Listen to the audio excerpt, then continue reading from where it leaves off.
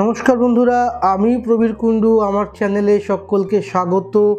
এইমাত্র সৌমিক সেনের মহালয়া দেখে এলাম, যেখানে বীরেন্দ্র কৃষ্ণ ভদ্রের ভূমিকায় অভিনয় করছেন আমাদের স্বনামধন্য শুভাশিস মুখোপাধ্যায় এবং উত্তম কুমারের চরিত্রে অভিনয় করছেন যিশু সেনগুপ্ত। এছাড়াও আরও অনেক চরিত্র রয়েছে হেমন্ত মুখোপাধ্যায়, পঙ্কজ কুমার মল্লিক, মান্না দে এবং আরও অনেকে। যতক্ষণ সিনেমা হলে ছিলাম মনে হচ্ছিল যেন আমি একদম ওই সময়টাতেই দাঁড়িয়ে রয়েছি। প্রত্যেকটা সিনেমার একটা নিজস্ব সুর থাকে, নিজস্ব বাঁধন থাকে।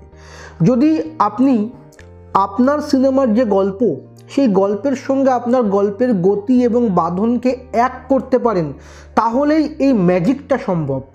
এবং সেটা হয়েছে এই মহালয়া সিনেমাতে। কোনো জায়গায় খুব স্লো গেছে, কোনো জায়গায় খুব ফাস্ট গেছে। কখনো পিছনের ঘটনাকে আগে দেখানো হচ্ছে, কখনো আগের ঘটনাকে পরে দেখানো হচ্ছে, কখনো যে ঘটনা বলা হচ্ছে মুখে সে ঘটনা হয়তো খানিকক্ষণ পরে দেখানো হচ্ছে। ফলে এই যে সুন্দর একটা অন্যরকম স্ক্রিন প্লে করা হয়েছে, খুব অনবদ্য লেগেছে। এবং যে শব্দ চয়নগুলো করা হয়েছে, সময়টা কিন্তু আজ থেকে প্রায় 40 বছর আগেকার। ফলে তখন বাঙালি যে শব্দে বা যে ভাষায় কথা বলতো, এখন কিন্তু বাংলা ভাষার অনেক পরিবর্তন হয়েছে। এখন আমরা বাংলা ভাষায়, কথ্য ভাষায় অত ভারী শব্দ ইউজ করি না। এই যে আমি ইউজ বললাম, এটা সে সময় করা হতো না, আমরা ব্যবহারটাই বলতাম। ফলে এই সিনেমার স্ক্রিপ্টটাও ঠিক সেভাবেই করা হয়েছে। ইংরেজি শব্দ যে নেই এমনটা নয়, স্ক্রিপ্টের যে শব্দ, সেই শব্দ আরও বেশি হেল্প করেছে আমাকে ওই সময়টায় নিয়ে যেতে। প্রসেনজিৎ চট্টোপাধ্যায় কিন্তু কোনো অংশেই এই সিনেমাতে কম নেই।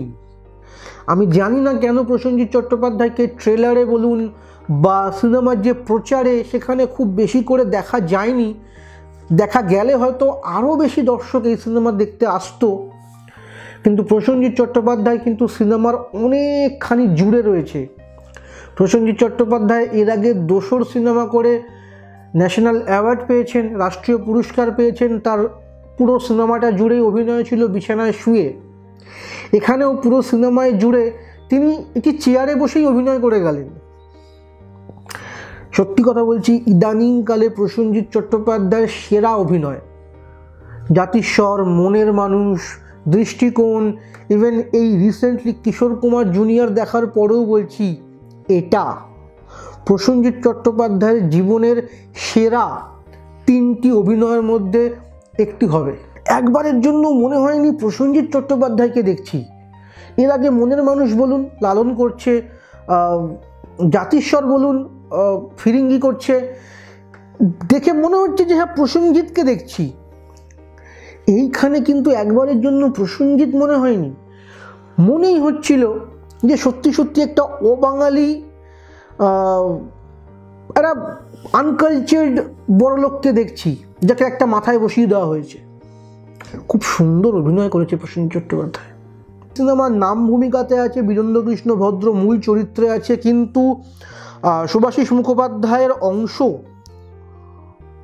শুভাশিস মুখোপাধ্যায় একাই সিনেমাটাতে নেই। মানে শুভাশিস মুখোপাধ্যায়কে আপনি সারাক্ষণ দেখবেন এরকমটা নয়, আরও অনেককে দেখতে পাবেন। যিশু, প্রায় অনেকটা জুড়ে যিশু সেনগুপ্ত রয়েছে, উত্তম কুমারের ভূমিকা। যিশু সেনগুপ্ত সব থেকে ভালো দিক যেটা লাগলো, তিনি না উত্তম কুমারকে নকল করেছেন, আবার না একেবারে নকল করেনি এরকমটাও নয়, তিনি একটি মাঝামাঝি পন্থা অবলম্বন করেছেন, এবং যেটি খুব ভালো লেগেছে। উত্তম কুমারের মতো তাকানো, চলাফেরা, কথাবার্তা বলাটা ঠিক নয়, উচিত নয়, করলে সেটা হিতে বিপরীত হতে পারে। এই ভয় থেকেই হোক বা যেভাবেই, যে কারণেই হোক, বা নিজস্ব একটা ভাবনার জায়গা থেকে হোক, যিশু সেনগুপ্ত উত্তম কুমারকে কিন্তু নকল করার চেষ্টা করেননি। উত্তম কুমার যে একটা ভাব, আমাদের মনে যে একটা ইমেজ, সেই ইমেজটা হওয়ার চেষ্টা করেছেন। এবং সিনেমার যে সংলাপ, সিনেমার যে দৃশ্যায়ন, সেইটা আরও বেশি তাকে সাহায্য করেছে। অবশ্যই সিনেমার একটা কালার আছে, পুরোনো দিনের ইংরেজি পেপার যেগুলো হলদে হয়ে যায়, এই সিনেমার কালারটা ঠিক সেরকম। ফলে একটা পুরনো গল্প দেখছি, রং চটে যাওয়া কাগজের মধ্যে দিয়ে লেখাগুলো পড়ছি, এরকম একটা ভাব থাকে। সিনেমাতে কোনো গান নেই, কিন্তু আবহ সঙ্গীতটি অসাধারণ। দেবজ্যোতি মিশ্র যে আবহ সঙ্গীত ব্যবহার করেছেন, খুব সুন্দর আবহ সঙ্গীত, প্রয়োজনে প্রয়োজনে জায়গায় জায়গায় যে মন্ত্রগুলো আছে অসাধারণ। কাঞ্চন মল্লিককে একটি খুব সুন্দর চরিত্র দেখা যায়। কাঞ্চন মল্লিক এখানে যথেষ্ট কমিক রিলিফ দিয়েছে, কিন্তু কাঞ্চন মল্লিক যেন এখানে একটি বাঙালি, আধুনিক বাঙালি, এই সময়কার যে বাঙালি, সেই বাঙালি প্রতিভু হয়ে আমাদের স্ক্রিনে এসেছে। গল্পে বিস্তারিত যাব না, কি হলো যাব না, অনেক সুন্দর সুন্দর দৃশ্য আছে। শেষের দিকে, বিশেষ করে শেষের 10 মিনিট 15 মিনিট খুব ভালো লাগবে। এবং আমি বহু সিনেমা দেখি, প্রতি সপ্তাহে 2 করে 3টে করে সিনেমা দেখি। আজকে সিনেমাটি আমি দেখলাম, মানুষ নাম দেখানো চলছে তখনও সিটে বসে রয়েছে সবাই, খুব অল্প লোকই ছিল হলের মধ্যে। আজকে ফার্স্ট ডে, আমি দুপুরের শো দেখতে গেছি। আমি এরকমটা দেখিনি বহুদিন যাবৎ, যে নাম দেখানো চলছে, সিনেমা শেষ হয়ে গেছে তবুও লোক দর্শক আসনে বসে আছে। রবীন্দ্রনাথ ঠাকুরের অনেকবার নাম এসছে, রবীন্দ্রনাথ ঠাকুরকে অনেকবার, তার উপস্থিতি এই সিনেমাতে খুব গুরুত্বপূর্ণ উপস্থিতি রয়েছে। এই সিনেমার সবথেকে বড় মাইনাস পয়েন্ট এটাই যে সিনেমাটার কিন্তু সিনেম্যাটিক ভ্যালু খুব কম। প্রত্যেকটা দৃশ্য খুব বড় বড় দৃশ্য, এবং প্রত্যেকটা দৃশ্যে 2টো লোক বা 3টে লোক এক জায়গায় বসে কথা বলছে, একটা ঘরের মধ্যে বসে কথা বলছে। ফলে ব্যাপারটা, আপনি চোখ বন্ধ করে সিনেমাটি দেখতে পারবেন, আপনার বুঝতে একটুকু অসুবিধা হবে না। এটা কিন্তু সিনেমার নিয়ম নয়। সিনেমা কিন্তু তার ডায়লগের থেকেও দৃশ্যে বেশি নির্ভরশীল হবে, সেটাই সিনেমা। যেমনটা অনুরাগ বাসু করে থাকে। আপনি বরফি দেখবেন, চোখ বন্ধ করে দেখতে পারবেন না, কিছুই বুঝবেন না, ওটা হচ্ছে রিয়েল সিনেমা। কিন্তু এই সিনেমাটি কিন্তু সিনেমার থেকেও যেন একটি নাটক আমাদের আমার মনে হয়েছে। আমি চোখ বন্ধ করে যদি পুরো সিনেমাটি দেখি, আমার বুঝতে কোনো অসুবিধা হবে না। দৃশ্যায়নে খামতি আছে, হয়তো কম বাজেট হওয়ার জন্য একটা ব্যারিকেডের মধ্যে সিনেমাটি করতে হয়েছে, কিন্তু আমার মনে হয়েছে সিনেমাটিক ভ্যালু খুব কম। যদিও সিনেমাটি কিন্তু অনবদ্য, গল্পটি অনবদ্য, মনকে ছুঁয়ে যাবে, কিন্তু সিনেমাটিক ভ্যালু কম। ক্যামেরার খুব গতি নেই, স্ট্যাটিক সিন, পুরো সিনেমা জুড়ে স্ট্যাটিক সিন, খুব বেশি ক্যামেরা মুভমেন্ট করছে না। ক্যামেরাকে এক জায়গায় দাঁড় করিয়ে দিয়ে ক্যারেক্টাররা তাদের কথা বলে যাচ্ছে, সেই হিসেবেই এডিটিং, জাস্ট কাট টু কাট এডিটিং।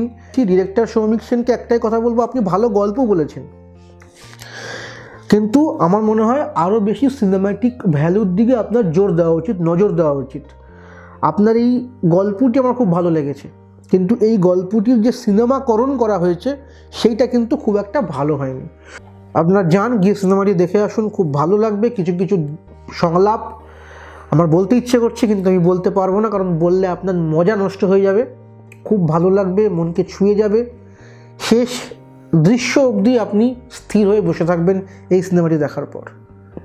আজকে রিভিউ অবধি। যদি ভালো লাগে লাইক করো, কোনো কিছু বলার থাকলে কমেন্ট করো, এবং চ্যানেলটিকে যদি ভালো লাগে তাহলে অবশ্যই সাবস্ক্রাইব করো। ধন্যবাদ।